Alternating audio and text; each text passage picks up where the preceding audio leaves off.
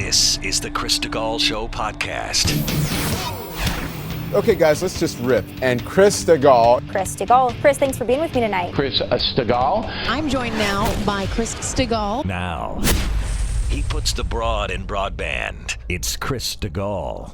The Chris DeGaulle podcast is presented by USMedicalPlan.com. Save big money monthly and get better health coverage at USMedicalPlan.com. Well, hey there. Thanks a lot for downloading the Chris DeGaulle Show podcast. I'm taking a little time away, but I never want to leave you hanging without fantastic content, so you're in luck. Today and every day while I'm away, I return on July 5th. But until then, I'm not going to leave you without great content. If you only listen to the show via podcast, if that's the only way you consume me, you don't listen to the radio shows, every single interview while I'm away is going to be brand new to you.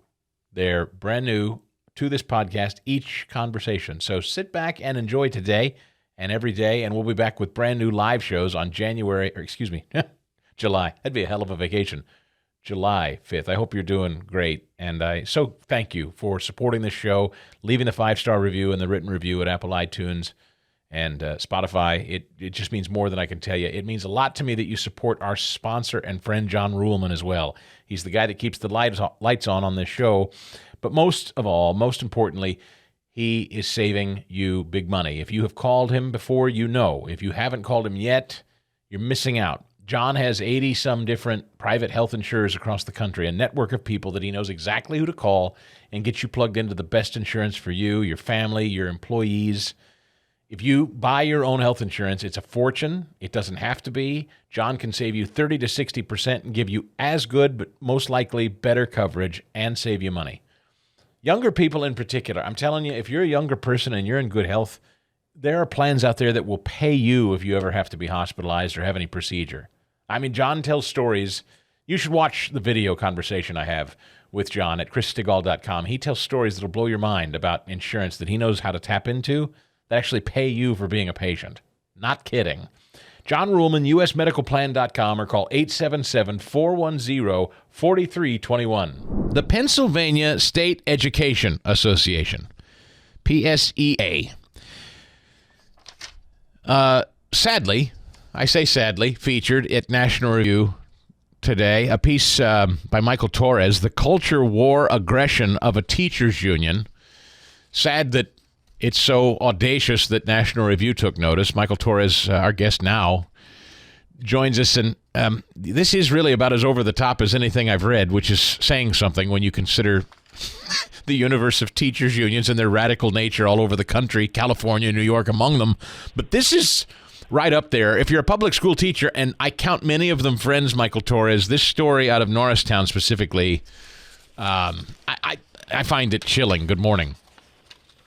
Good morning, Chris. Thanks so much for having me on again. And yes, it is definitely chilling. And the press conference held by the teachers union officials and the superintendent in Norristown area school district announcing their new program to implement what they call I'm Here badges, which are badges with a pride flag on them and a QR code that takes kids to a website made by the union with quote unquote resources for LGBTQ students. That press conference was something else. It was amazing, and it essentially gave local teachers a choice between wearing the badge on their bodies and declaring themselves safe, or choosing not to wear it. And as the website says, please don't wear this badge if you are not a safe person. So that's the choice teachers in that area have.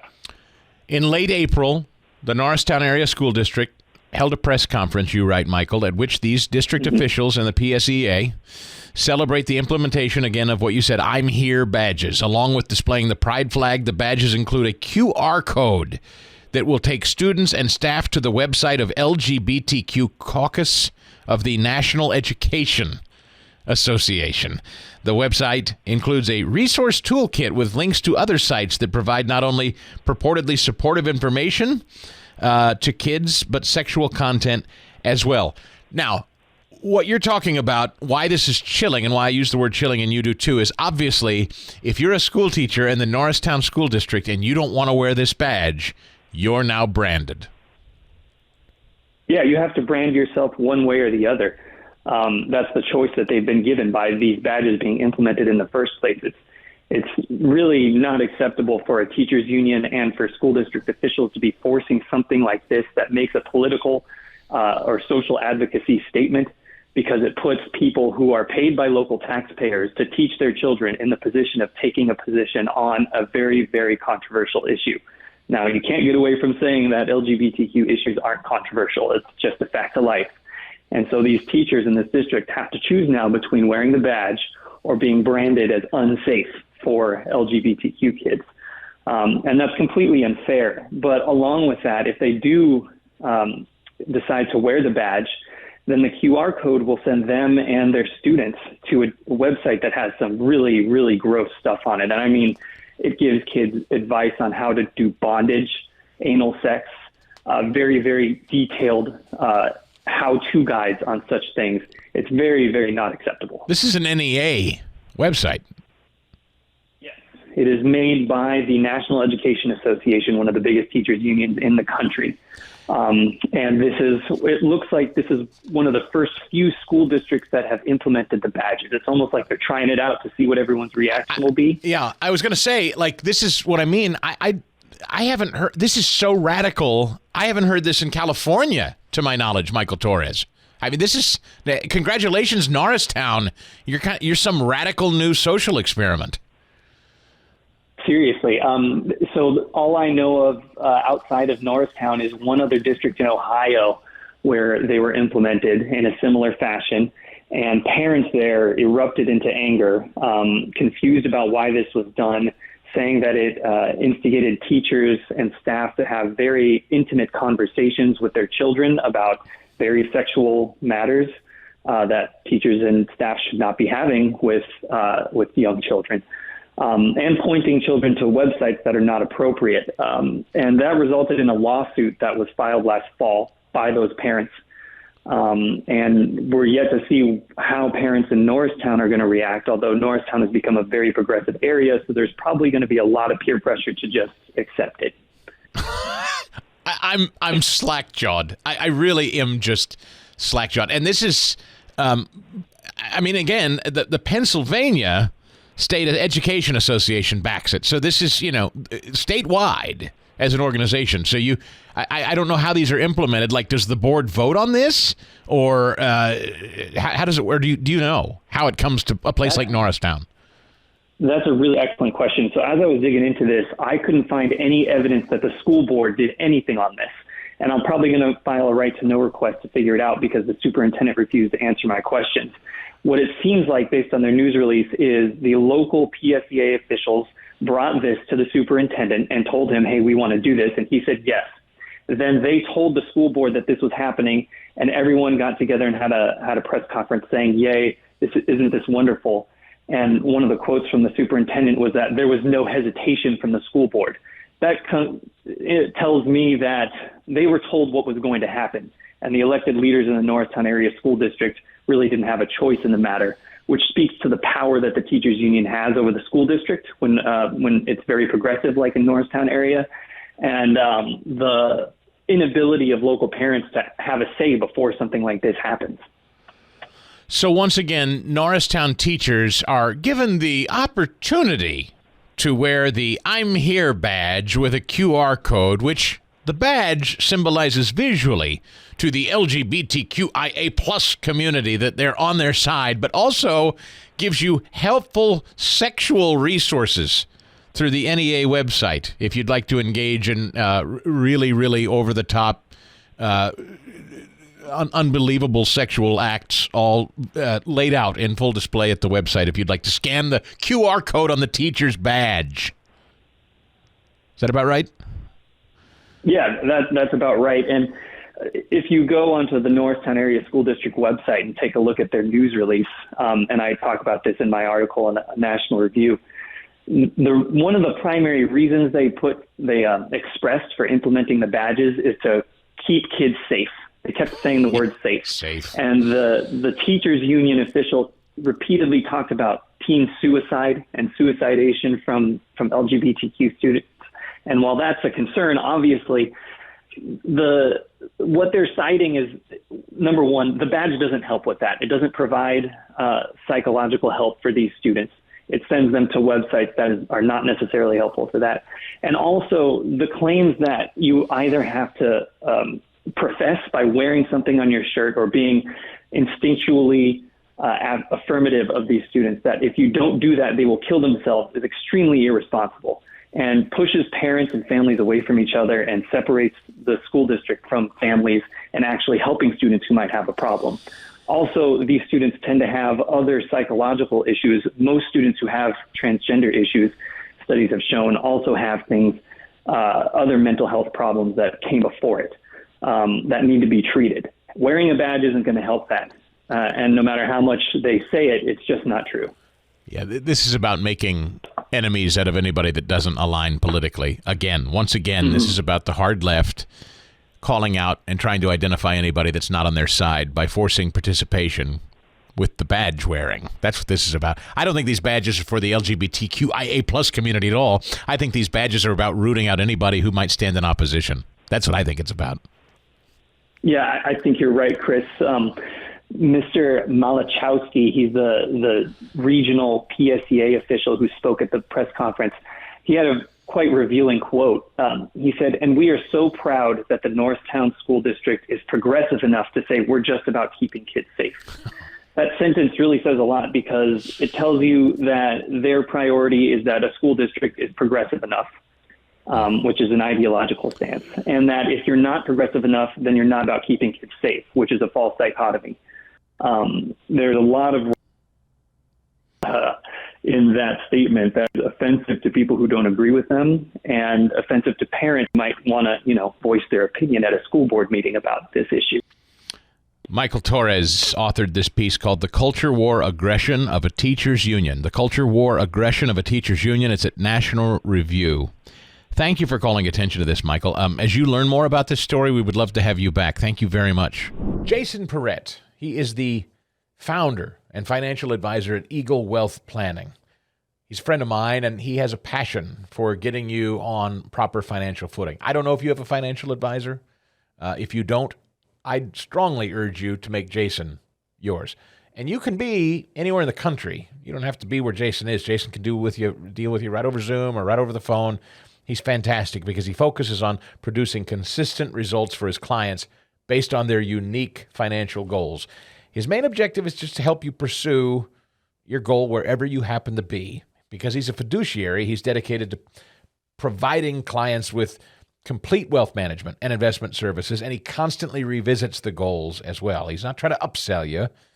Jason can accomplish just about anything you need financially and keep you on track, whether you're a really advanced entrepreneur, whether you're a young person just starting out and you have no real plan at all and you need one, professionals, retirees. Maybe you're thinking about, now that I am retired, I want to make sure all my money's in proper order. Let Jason help you get it in order. Jason regularly revisits your goals, assesses your risk tolerance so that you really approach it as a team, and he helps keep you on track. That's a big part of having somebody as a partner like Jason at Eagle Wealth Planning. I hope you'll reach out. 816-394-8117. 816-394-8117. You can reach out to him through email as well, jason@eaglewealthplanning.com. His website is linked on mine at chrisstegall.com. Get together with Jason. Have a conversation with him. Tell him where you are. Maybe plan out a new path forward for your finances with Jason Perrett, a financial advisor at Eagle Wealth Planning. We thank Jason for his sponsorship. Securities and advisory services offered through Cetera Advisors, LLC, member FINRA SIPC, a broker-dealer, and a registered investment advisor. Cetera is under separate ownership from any other named entity. Years ago, I interviewed a woman called Amy Wax. She's a tenured professor at the University of Pennsylvania. And this was before COVID. This was before really a lot of classical liberals started speaking up and out. People like Bill Maher and Joe Rogan and Elon Musk and, there's been a handful. Chris Rock, Dave Chappelle. These are not conservative people. Amy Wax is not necessarily conservative either. But before all of those people, Amy Wax was really sort of an original in challenging the status quo. And I had the privilege of sharing dinner with her at a private function as she shared her trials and travails at the University of Pennsylvania. But being tenured, she's been protected, but that hasn't stopped an onslaught. In fact, I just looked her up before we started this conversation today with Rob Mons, who's the co-founder and CEO of Good Kid Productions. His latest online documentary series is on Amy Wax. It's called There Is No Free Speech Crisis on Campus, the trial of Amy Wax, and he joins us this morning. Rob, first of all, I welcome you in the show. Thanks so much for having me. There's literally a piece written on her last week at Axios, or last month, I should say, that says, oh, they still haven't been able to get rid of Amy Wax, but they're trying. I mean, I thought maybe that not that her trouble went away, but I didn't realize there was still an active mob trying to get this woman fired. It's not just an active mob, it's the people that run the university that are trying to expel her. Yes. She unfortunately benefits from some pesky tenure protections that mean you cannot just exile her at will, but they're grinding along a process that I think inevitably will result in her being fired. Yeah, so the documentary, this one and everything else that we do, people can just see on our YouTube channel at Good Kid Productions, goodkidproductions.com.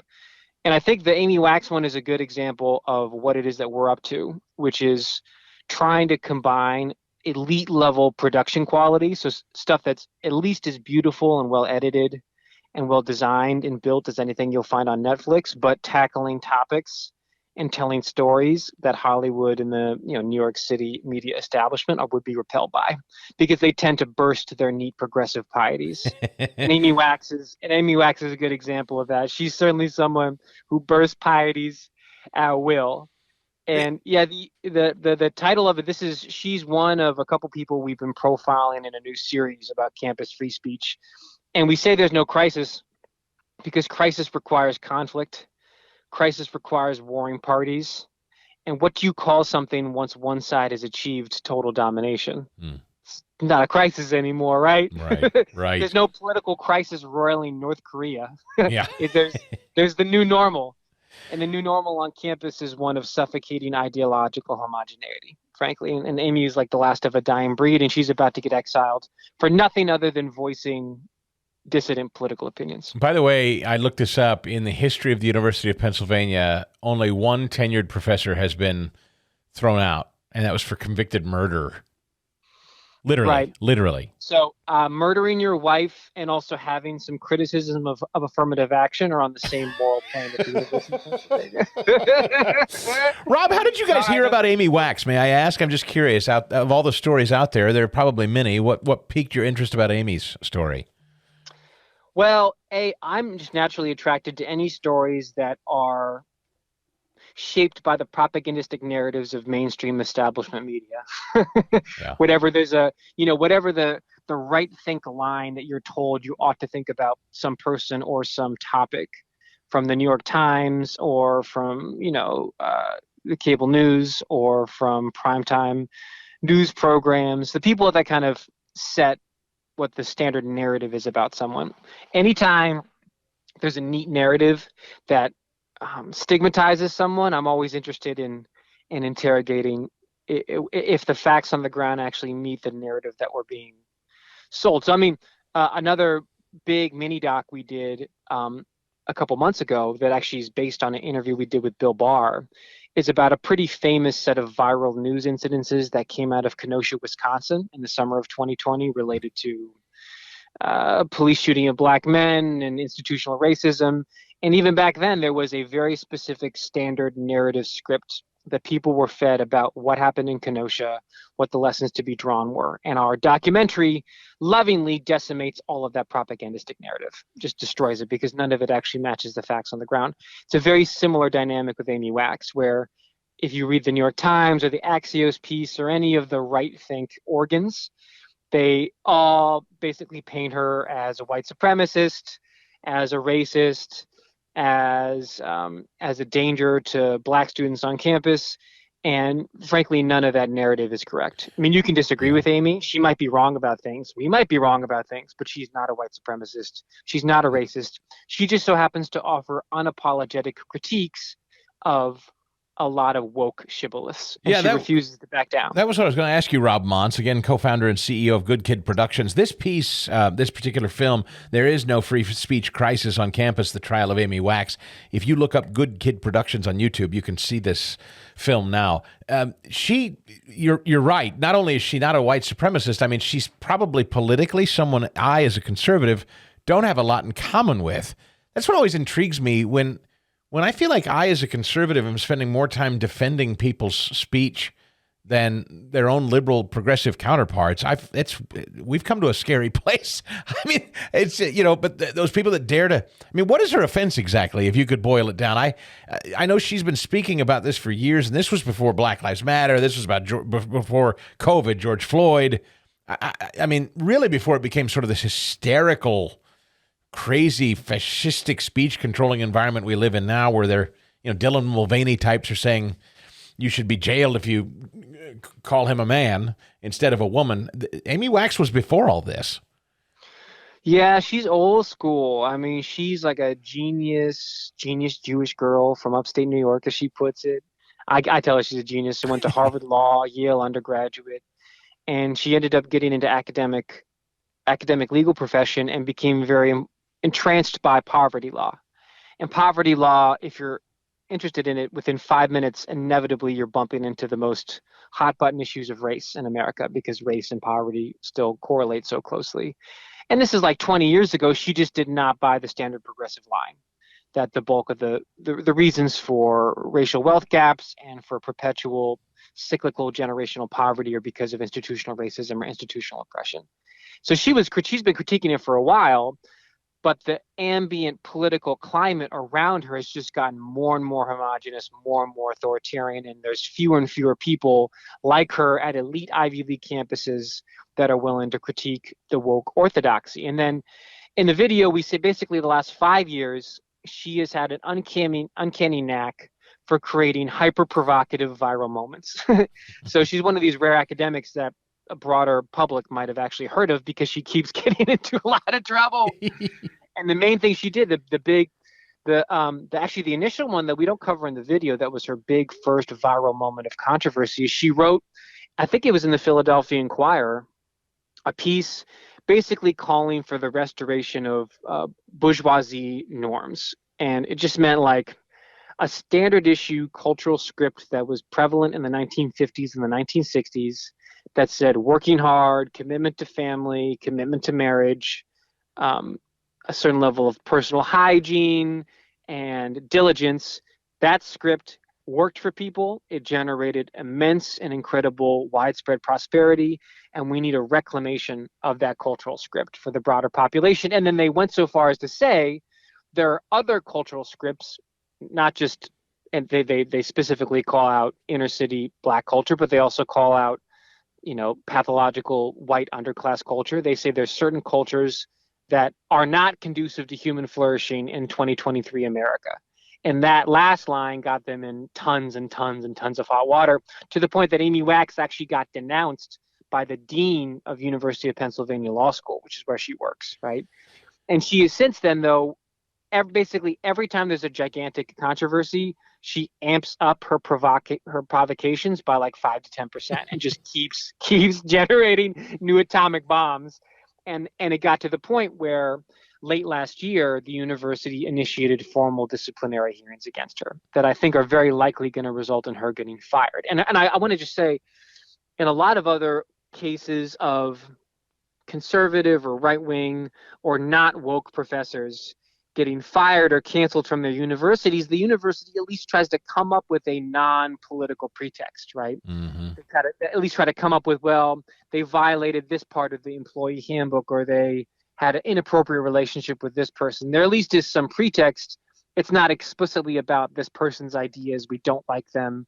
They hurt our feelings. We need to expel them, right? In Amy's case, they're not even attempting to come up with a pretext. It's just, she speaks words that make us feel sad, that make us feel traumatized. Yeah. She needs to be eliminated. This is the same university, I remind people, that gave us the story of Leah Thomas beating Riley Gaines as a former man swimming as a woman and defeating Riley Gaines, who would have been the rightful victor in that women's swimming competition. So the University of Pennsylvania continues to make news for all the wrong reasons, in my estimation. Yeah. And again, I want to make it clear, Amy works at the law school. Yes. So it's not just undergraduates. That we've kind of seen all these, undergraduates that weaponize their emotions in order to snuff out people with dissident political opinions, where it's, well, you said something vaguely right wing, I feel threatened, I feel unseen, I feel traumatized, right? This is at the law school. This is like, relatively older students. They're at the law school explicitly to be trained in the ancient legal profession, which is, as far as I understand it, teaching them how to muster logic and evidence in order to advance a particular argument or a particular position. And at that law school, there are law school students that have engaged in that exact same kind of emotional blackmail you see at the undergraduate level. And to make it even worse, those students engaging in those, sick, sinister tactics are actively being encouraged to do so by the people that run the law school. So we call out Dean Ruger, who's the guy who's about to step down actually as dean, but he's the person who's initiated this whole procedure against Amy Wax, has explicitly approved of that kind of language, which says that Amy's making people feel unsafe, or that she's racist, or it's necessarily white supremacist for her to be voicing her opinions. So it's not just a bunch of 20-year-olds who read, half a chapter of Noam Chomsky that think that they're the social justice warriors that are going to overturn capitalism. You're talking about the people that are actually running the University of Pennsylvania Law School, which, by the way, just like within a matter of weeks ago, clicked up in the official law school rankings to be tied with Harvard for the 4th best law school in the country. People that run that school are the ones that are trying to snuff out Amy. Scary. Rob, and as far as Amy is concerned right now, you say her future looks pretty grim. You think the faculty will expel her. What is her status? Does she teach? Does she have classes? Are people avoiding her? Yeah, the people are avoiding her. Yeah. She's totally alone. I mean, we got a couple people at the school to speak with us off record that a lot of them don't agree with anything that Amy has to say, but they think what's happening to her is completely repellent and violates the very spirit of the academic enterprise. But is she teaching? She's actively have class? They've pulled her from a bunch of classes, except she teaches a single conservative legal thought seminar, which has a pretty small enrollment because even going to one of her classes is a stigmatizable offense at the University of Pennsylvania. So she technically is still teaching there because she has tenure protections. I mean, they would have fired her a long time ago if she were an adjunct. I mean, you never would have heard her, or she would have snuffed up and cast into oblivion. But they've initiated formal disciplinary proceedings against her. But as she said in the documentary, what they're trying to do is totally unprecedented, even on college campuses, using the disciplinary process to break tenure protections and fire someone explicitly and exclusively because of their speech, because of their opinions, because of their ideas. And I got to say, even for me, who doesn't have a particularly high opinion of these institutions, even I've been shocked by how little anybody has engaged with the substance of her claims. Yes. It is incredible. She might be wrong. She might be wrong about everything. I might be wrong about everything. But at least go through the motions of attempting to show what why it is that she's wrong. Yeah. What it is that, and they're not even trying. I mean, she makes very specific claims about, okay, there's this extremely massive diversity, equity, inclusion, administrative, Leviathan that's growing at the University of Pennsylvania. It's filled with all these double-digit IQ mediocrities, every one of whom has some fake master's degree in education studies. They're all completely radicalized, and they are intruding on every single aspect of undergraduate and faculty life. Yes. This is an actively unintellectual, gray administrative layer at school that's rapidly expanding, that is corrosive to the academic enterprise. She has openly said that repeatedly. There are tons and tons of professors that I've talked to on all sides of the political spectrum that 100% agree with her. Yes. 100% agree with her. But when she says it out loud, because she's got gigantic balls, she gets in trouble. Yes. And nobody actually defends the administrative growth. No one talks about, well, this bureaucracy actually is useful in some way for the intellectual enterprise, or it does good things. Other than no one actually tries to defend it. They just say, well, you're a racist for even pointing it out. And that's just the way that it's been throughout the last 5 years of controversy for her. Rob, do you have children by chance? I'm asking for a very specific reason. Yo, bro, of course. I got 3 kids. How are they of college age, or will they go, or do you know? Because I'm asking how old because do you think I am, man? What you talking about? I'm about to turn 40, but they're not college kids yet. Congratulations. My I'm oldest is 7, 46. my youngest is 3. Yeah, I have an 18-year-old, a 17-year-old, and a 14-year-old. And as we talk about higher education, I tell you, I am less and less inclined every day. And we've had serious conversations about, getting gen eds out of the way at like a community college. And maybe if they have a very special thing they want to study, like maybe. But I honest to God, for the reasons you're saying, I can't imagine spending the money to go to even if my kids wanted to, I can't imagine paying to go to the University of Pennsylvania or most schools these days, given what you've just said. I mean, it's horrific, really. I do feel as if there's a lag between how people perceive the value of these degrees and what what the value actually is. Yep. I mean, obviously, all things being held equal, and the stats bear this out, having a 4-year college degree boosts your lifetime earnings. And it's good, if you can choose a more prestigious degree, it looks like overall macro, the better. But I think almost all that value is from the social signaling of the degree. It has very little to do with the actual internal content of those 4 years you spend on campus. Clearly. Very few people critically examine what actually is happening your junior year. Like, what are you actually studying? What are you learning? What are you soaked in? Everybody just sees the shiny end product, the shiny degree at the end, and they kind of stop asking questions beyond that. And I just got to tell you, I know plenty of 22, 23-year-olds that have undergraduate degrees from the fanciest schools imaginable, all the name brands you can think of, and they're having trouble getting hired. Yep. Because employers realize it doesn't mean you have any hard skills just because you have an undergraduate degree from Yale. They know that it meant you were really good at homework assignments in high school, but what are you actually able to do that contributes economic value to this company?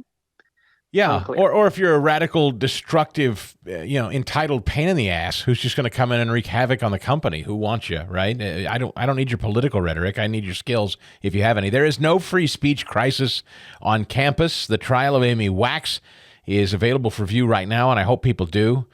Films like this, projects like this, I think higher education just needs an enema, a total enema. Films like this will do it. Good Kid Productions is what you look for on YouTube to find There Is No Free Speech Crisis on Campus, The Trial of Amy Wax. Rob Montz is the co-founder and CEO of Good Kid Productions. Rob, thanks for your time in this story and sharing Amy's story, a very important one. MyPillow.com. Mike has invented yet another innovation in sleep satisfaction. I know because I'm sleeping on it every night. I sleep like a baby, and I'm not making it up. I don't really know how they achieved it, and I know it sounds almost phony or made up. In fact, I heard it, when they said, hey, we've made a new MyPillow, and it's cool now. It's the softest and smoothest and coolest pillow. I said, how? What do you mean? It's a fabric technology that regulates your body temperature, and I can tell you this because I'm a guy that kind of sleeps a little hot, and if I'm too covered up at night, I get hot. But I haven't felt hot, and I know this is going to sound strange, but you're going to have to just trust me and experience it for yourself. This new MyPillow 2.0 thing, they've designed a cool surface. It's engineered for comfort. It's a fiber. It's not a finish. It's a fiber. So the pillow is kind of smooth but finely textured, and it allows it to breathe in a way I've not experienced in a pillow before. Hard to explain without feeling it, but here's what they're going to do for you. If you use my name, Chris Podcast, if you go to Chris Podcast as your promo code when you go to mypillow.com, you click on the radio listener square and type in Chris Podcast. That lets them know you listen to the show, but most importantly, it gets you half off. You buy one pillow, you get one for free. I guess that's better than half off. I'm not good at math. You get an entirely separate pillow for free. So one pillow you buy, you get one for half off. Got that? Got that. Now, on everything else at mypillow.com, save up to 66%. if you use my name, Chris Podcast. Seriously. So that's the coffee, that's the robes, that's the slippers, that's the Giza Dream Sheets, that's the dog bed. Dean loves the MyPillow dog bed. He loves it. Sleeps on it every day since we got it. I love these sheets and these pillows. They are so comfortable. Christine loves her MyPillow slippers. There's I'm even sipping some My Coffee. Mike's got his own line of coffee now. It's all American made. You can feel great about who you're buying the products from, but also who makes them. Great customer service, too. If you call 800-932-5056, tell them Chris said hi, say Chris Podcast, you'll get that big deal discount on all the stuff, and then the free MyPillow 2.0 with the purchase of one. A 10-year warranty, a 60-day money-back guarantee. Use Chris Podcast at mypillow.com. You know, there's something that I have noticed over the years, and I've shared with you on the show a lot, that women in particular, and it's not exclusive to women, and I know it's an overgeneralization and it's anecdotal, but I have found, and maybe this will sound pandering to my next guest, I don't mean it as anything other than truthful. Women seem to have found a voice and a passion for reform in this country that is unlike anything that I've ever seen. And I don't mean it in like the traditional gender role way. I mean, women seem to be looking at life across many different platforms and saying, no, things are out of whack. And I'm noticing a lot of women kind of jerking the wheel and going in a different direction for their lives. And that means in a lot of different ways, whether it's school or whether it's church or whether it's their own homes or where they literally physically live or the job they do. And then we came across this book, a brand new book called Domestic Extremist, A Practical Guide to Winning the Culture War. It's authored by a woman who goes by Peachy Keenan. She does not identify herself because she's ensconced in Southern California where this kind of ideology could get her excommunicated or something, I think. So, Peachy, we welcome you to the show. Congratulations on the new book. Hey, Chris, thank you so much. Appreciate it. I appreciate you. And I don't know if you know what I mean when I say that, but everybody from personal friends of mine to my wife to my sister-in-law, and then just, folks that I follow on social media, women seem to be taking the lead and saying no more culturally, I mean, in an aggressive way. Are you finding that to be true? You wrote a book on it. Yeah, I am. And it's really nice to see that there is finally, at long last, a sort of pushback against just what's been like a relentless assault on families, on kids, on sort of what we used to call, quote, traditional values.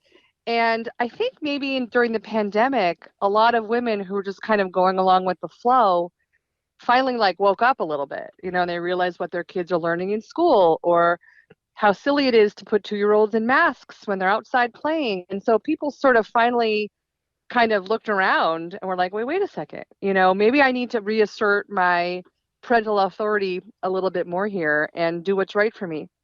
And the corollary is that a lot of women also found that working from home and not being in the office and staying home with their little kids actually suited them better. So I think you're right. I think there has been a little bit of a growing pushback. In the early 2000s, when I started paying close attention to talk radio, that was in the infancy of my career, there was a woman who was still on kind of traditional broadcast radio and still had a huge audience. Although, if I'm to be perfectly honest with you, I think a lot of people, my wife included, were dubious of her. She was kind of falling out of fashion. Dr. Laura Schlesinger, if you remember her. I sure do. Yeah, she's still around. But Dr. Laura in her day was saying things that, in post-2000 and the early 2000s, a lot of women just didn't like it anymore. And it was this notion of, caring for your children until they're up and out. And if you do divorce, don't remarry, and kind of be child-centric and take care of your man. It doesn't mean be a doormat, but it was stuff that a lot of women looked at as repressive or something. And now I feel like a lot of women are going, it might not have been such a bad idea, some of that stuff. Oh, yeah. We used to all listen to Dr. Laura on the radio here, even in California. And it turns out that she was, right about a lot of things. And maybe people were kind of turned off by her delivery because she was very blunt. She was very to the point. But the message that she was delivering, is sort of eternal and it's timeless. And so is my book. I mean, this is not novel stuff, It's just we've forgotten so many things in the last 20, 30 years that like our grandparents, our great grandparents knew deep down inside were like, this is the best recipe to help deliver you, give you your best chance at like a satisfying, happy life. And that recipe like hasn't changed because human beings, despite technology and everything else, we haven't really changed that much. Like we know what it takes to make, a life successful. And people seem to have forgotten that. So I think Dr. Laura was good at kind of reminding people of the basics. And that's why I wrote this book. I mean, when I say domestic extremist, it's ironic because we haven't really changed. It's just the world around us has changed. They're the extremists. We're just normal. We're just trying to live our lives, and they call us extreme just because we're not going along with the program. The book is called Domestic Extremist, A Practical Guide to Winning the Culture War. Peachy Keenan is the pseudonym for the author here. Peachy Keenan on the book cover is the author, if you're looking it up out there. Here's another name, Phyllis Schlafly. A couple weeks ago, the show was honored with a Phyllis Schlafly Truth in Journalism Award, and we were grateful to receive it. But I went back and refreshed my memory about Phyllis. I've had the pleasure of meeting her a few times before she died.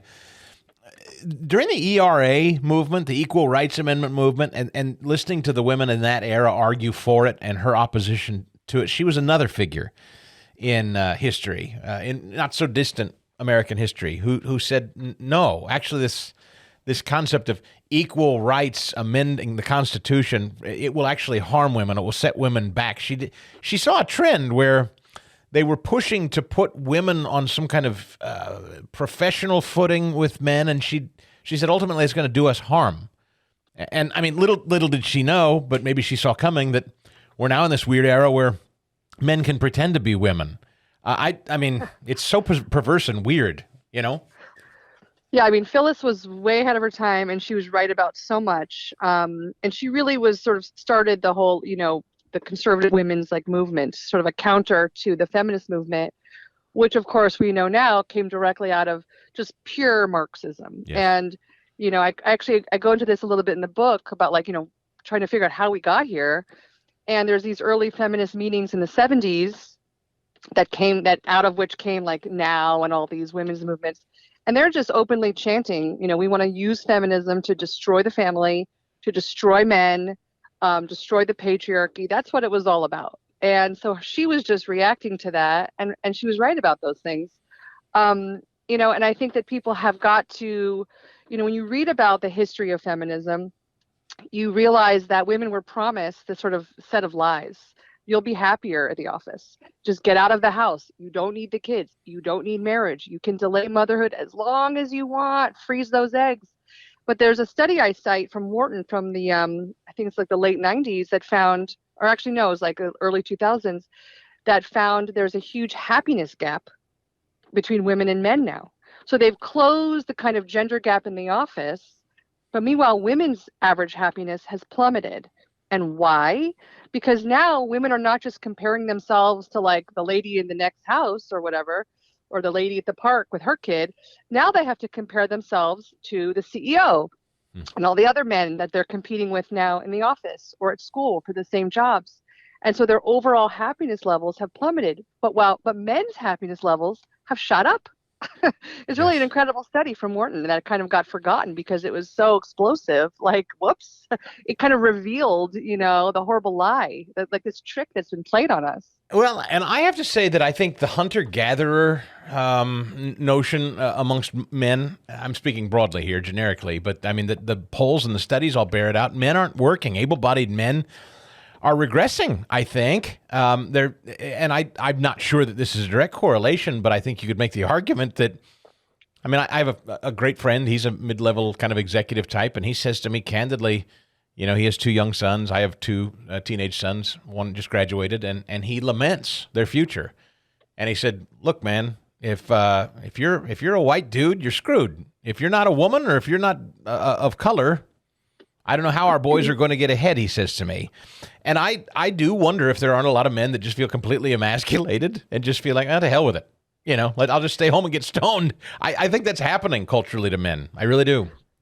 Yeah, no, absolutely. And I actually talk about this also in the book, how masculinity is going extinct. And a lot of guys who see that they can't, it's hard to woo a woman when she makes more than you, Yep. when you can't get the job because you're white and you're straight male. Or you're a creeper for hitting on her or asking her out. Right. Or, yeah. That's right. You're not allowed to look at a woman anymore. Yeah. You're not allowed to glance at her at the bar or you'll be, arrested for me tooing her. But meanwhile, but you can walk around fully nude with an erection in front of the girls. It's like if you have a ponytail and your name is Shirley. Like, that's fine. That's allowed to leer at the girls if you have lipstick on. If you're an actual man, forget it. You're not allowed to look at her, ask for her number, and you're just this like, they've gotten them hooked on pornography and video games, and they're stoned, and the idea of like going out and wooing a woman. I mean, that's just how do you do that? It's like Josh Hawley just gave a big speech about porn and men and saying men you're not real men, driving men underground to watch porn all day. That's not an existence. That's not a way of living. But right, yeah, and it's true, of course, but it's not about moralizing. That's the misconception. Like I think a lot of people think this is about some sort of. I mean, I'm a Christian, proudly so, but I don't even think you come at it from it's not like a scriptural point of view. Even it's just a culture thing. I mean, it's kind of the way nature has made us, and we're trying to reverse engineer it. Yeah, no, this is not. I mean, I'm a convert to Catholicism, but this is not a religious book. You do not have to be Catholic or even Christian to be extremely domestic. I mean, it does help, obviously, we know that, but you don't have to be. This is just really about common sense and like letting the feminism fall from your eyes and like realizing what are these eternal truths? What are these basics that can help you out of this darkness that's kind of fallen on modern society? And people, men are not making it, and the women are not. The women who are replacing them in the offices they're not happy either. Like, how do we solve this? And I make some recommendations in the book they're not groundbreaking, but I think it is. It's hard to tell people. There's a lot of pushback, especially from young women, when I say things like, don't go on Tinder. Don't spend 10 years on Tinder racking up a huge body count. That's not going to be good for you in the long run. There's pushback when you try to suggest things like that to women who have been told for years, spend your 20s having fun, exploring, find yourself. It's like, well, you're going to find yourself alone in your 40s with your cats. That's where you're going to find yourself. My preacher said something on Sunday. He was giving the graduation speech to the graduates in the church. And, he's still, I go to a church and I'm of a faith where you still believe in this kind of novel, old-fashioned idea that you wait till you're married to cohabitate and have sex.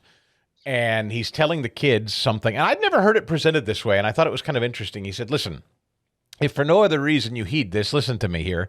If he or she is willing to have sex with you before marriage, then what makes you think he or she's not willing to have sex with somebody else? And I thought, well, that's kind of a compelling argument. I'd never really heard it made that way before. Just something that truthful, that basic. Again, I don't even know that that's necessarily spiritual, but it is an argument. It's just it's kind of a cultural truth, It's something that we used to kind of assume was best practice, and then became old-fashioned somehow.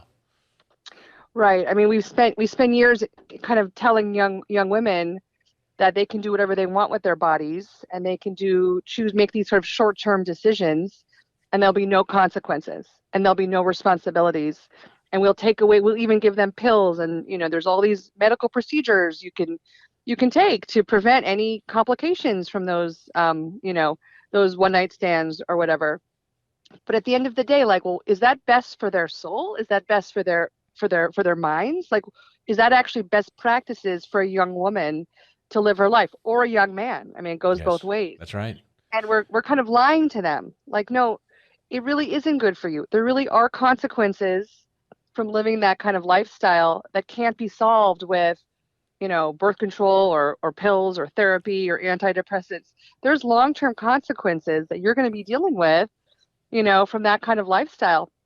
And my advice to young people is like, don't fall into those traps. They're easy to avoid. You just have to, be a little careful, a little cautious in life, and demand more for yourself.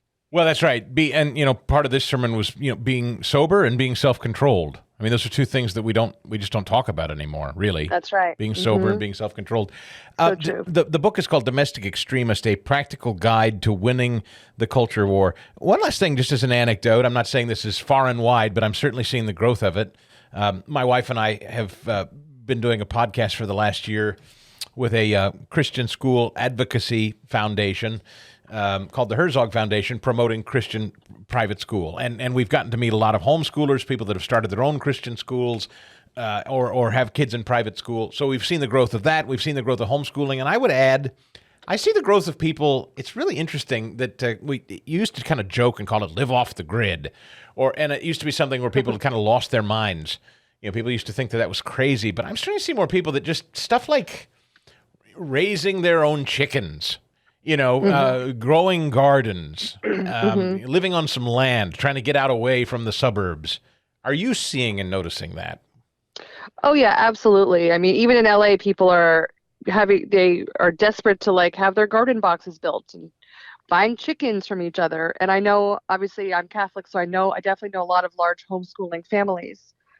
And there is definitely it's really mainstream now that, the government's not going to take care of you. Our society is basically not only neglecting you, but working against you and working against your kids. Yes.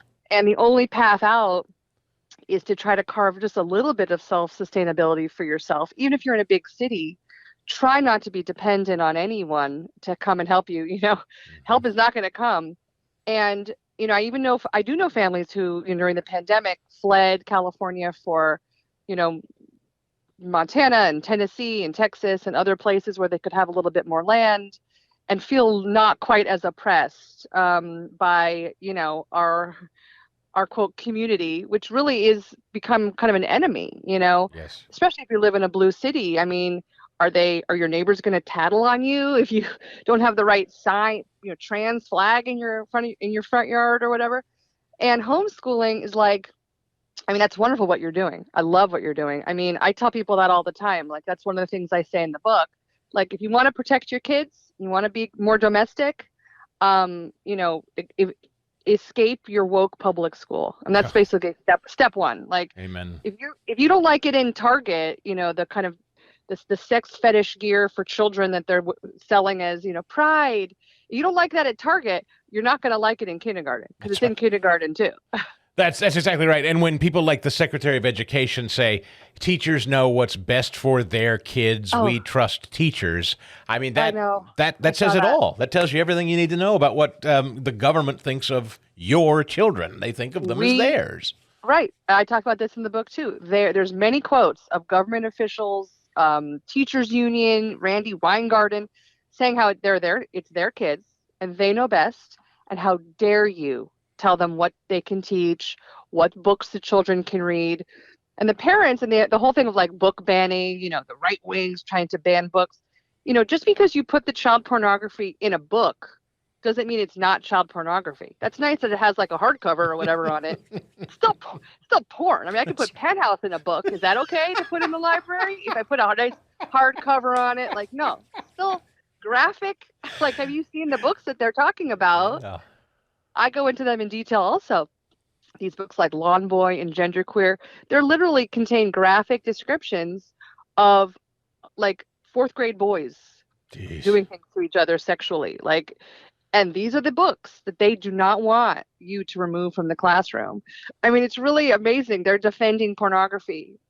Yeah, and they make it sound like we're Nazis and book burners, as if, it's Huck Finn or something we're throwing on the fire.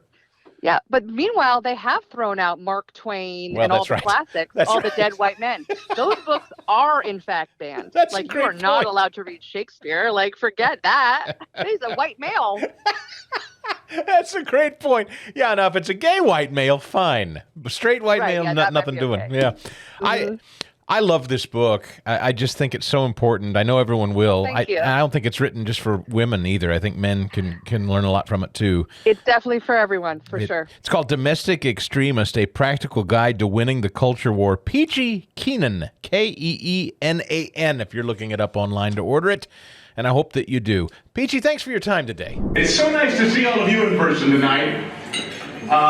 And, you know, the Truth in Journalism Award, the first truth I'd like to tell is I'm very, very well aware that most of you are thinking about nothing but Game 6 and wish I'd really hurry up and wrap this up. I know deep down you're all thinking about Game 6. That's the truth of the matter. Come on, don't lie, you're checking your phone. The good thing is I asked, I was trying to figure out when this thing would time out. I think what was tip-off like 10 minutes ago, so if I hurry up, you're not going to blame me if things run long. Sorry, Colonel. I spent some time this week watching some of these Phyllis Schlafly videos. What an impressive lady. I was so blessed to have the opportunity to MC a few of these over the years, and Ned, it was so nice to get to know you, your family, and Phyllis. It was just such a tremendous honor. She is such a patriot, and if you ever watch those old Phyllis Schlafly videos, go back and watch a few of them. They're a treat. One in particular that I loved was a visit to the Phil Donahue show in, I think, 1974. And that was back when Phil Donahue wasn't just a completely vehement idiot. And back then, there were some people in the crowd, even in 1974, that were kind of hostile on Phil's show. She was there with a smile, talking about the Equal Rights Amendment and why she opposed it, and why it would ultimately harm women far more than it would help them. She instinctively and intellectually understood that the forces claiming to liberate women were actually coming to destroy the feminine joys of being a mother, while supplanting the role of a father as a provider. She understood the traditional role of a family. It mattered to Phyllis, and she understood tearing the family apart was the ultimate goal of who she called the liberals. She had this crazy idea that women should be women and men should be men, and that was okay. Right. Yeah. And I would never speak for Phyllis. In some ways, I'm glad she's not around to see where we are today. And other times, I think she probably wouldn't be all that shocked. But she was right about everything. She was right. I'd love to ask her if she could imagine a day women would become so liberated and free they'd let men pretend to be women and take their place. What a lie. Sincerely, what a lie that is. What a pit from hell lie that is. And as I stand here today and accept an award for telling the truth, I have to confess it's a little difficult to accept because it's something I used to think all people of goodwill wanted to do and aspired to do. You probably, a lot of you saw the Tucker speech a couple of weeks ago at the Heritage Foundation before he ended up parting ways with Fox. It was a tremendous speech. If you didn't see it, you should. The thing is, as he said, we're not dealing with people of goodwill any longer. If we ever were, we're certainly not now. We're not dealing with people who simply share our goal of solving a common problem, but we just disagree on the prescription on how to get there. Today, there is no shared absolute truth. Everything seems to be a series of perversions and gaslighting and tearing down, all in bad faith, assigning the most vicious motives and character attacks. It's destructive deceit in the form of straightforward apostasy, masking as political policy and news. It's delivered by people with consciences so seared, it's infected even some of our fellow Republicans and some of our houses of worship who are now adopting these lies. I could go down the list of all the lies. There are too many. I'm not going to. I made a list, but I'm going to skip them because I don't need to depress us any further. I will say, though, the one thing I do want to hammer on yet again is gender-affirming care. This needs to be called gender-denying care because butchering children in the name of care needs to be banned and needs to be fought everywhere it's found.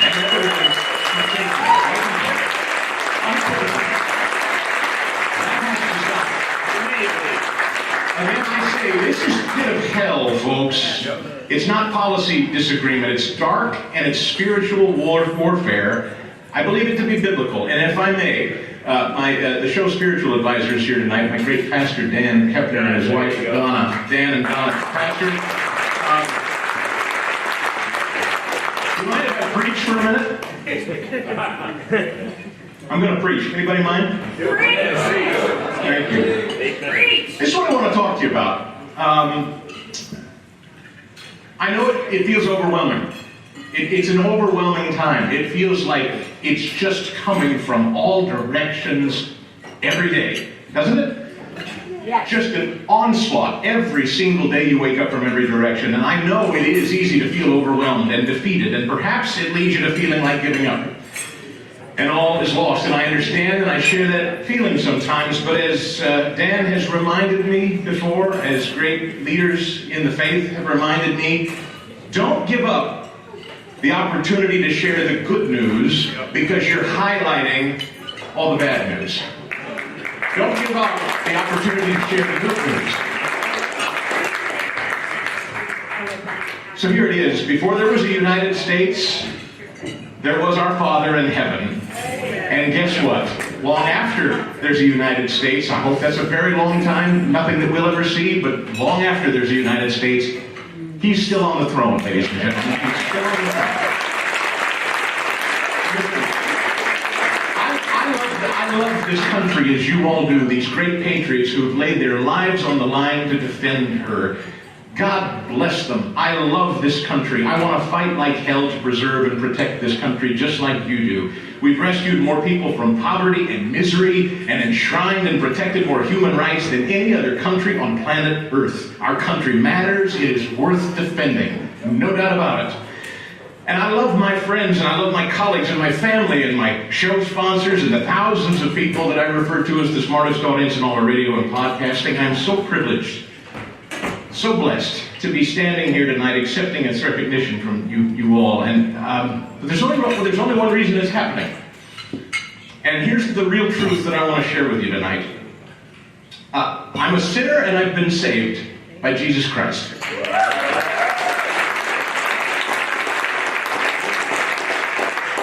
My Lord rescued me from myself. The truth is, the power of the Holy Spirit pulled me from the pits of alcoholism and anxiety. For years, I couldn't get a handle on my drinking, until one day I heard a sermon on the man at the pool of Bethesda. How many of you are familiar with it? John 5. An ailing man complaining to Christ that he'd never get well because of all the circumstances standing in his way. He couldn't get to the healing pool. And Jesus asked him a simple question. Do you want to get well? Are you ready? Do you want to get well? Forget the pool, forget the excuses. Do you want to get well? And if you do, then get up. Then get up. And that message rang in my head that day, and I could feel that question as if it were whispered directly to me. And I walked to my car, and I sat in the church parking lot, and I wept. And that was 4.5 years ago, and I haven't touched a drink since.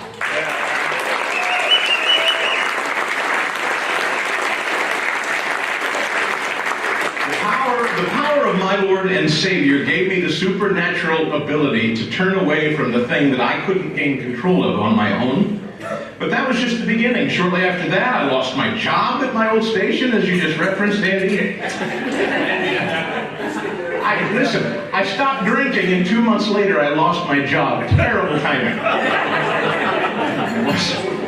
He does work in mysterious ways. Well, listen, the Lord provided and put friends in my path who helped me get this thing called a podcast up and running. And then before you know it, the Lord opened doors and introduced me to a table of colleagues over there from the Salem Media Group that gave me a home at Philadelphia Magazine.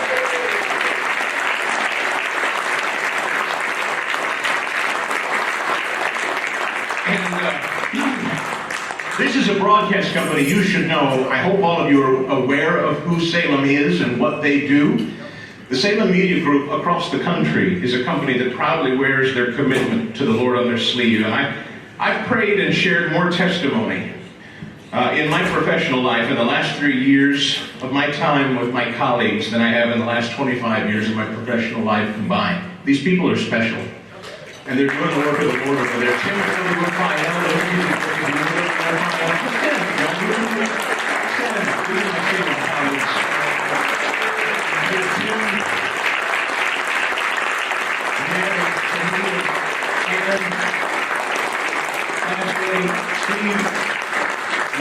wonderful people. They work so hard. They believe in what they do. They love their product. They love the Lord. They're special people. You know, it was not too long after I started this brand new show, COVID hit. What's going on, right? My kids' school closed. My church closed for a calendar year. Over a year. My church closed, guys. And I'm sure it happened to you too. But God kept moving. God called and He moved in my family's heart, and we changed our home, and we changed our church, and we changed their schools. And it was a weird and dark and confusing and scary time. Now, in our new home, Christ has introduced my family to the world of Christian education. We have, and I mean no disrespect to any of the good people who are trying to change our public schools. God bless you and thank you for doing it. But we've moved in a new direction. My wife and I, supernaturally, were asked to become podcast hosts for a foundation dedicated to promoting private Christian school and homeschool alternatives for kids all over the country. We became newly baptized believers in the faith, and I watched my daughter just recently pray over an 8th grade girl in her class. I watched my wife encourage young mothers and teachers to make the leap into private Christian education. God's movement in my life, our lives, has been and is nothing short of miraculous. But the first thing was I had to get up. I had to get in line with Him first. For all of these things to happen, I had to get head and heart aligned with Him. Why am I telling you all this, you may be wondering? Chris, you're getting the Truth in Journalism Award. Why do you sound like Billy Graham? Great. Fair question. Because telling the truth starts with living the truth and first living to please God.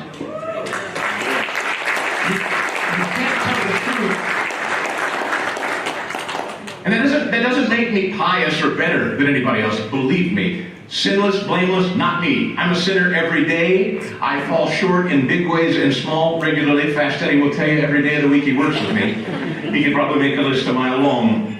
But I'm not in control of anything, and neither are you.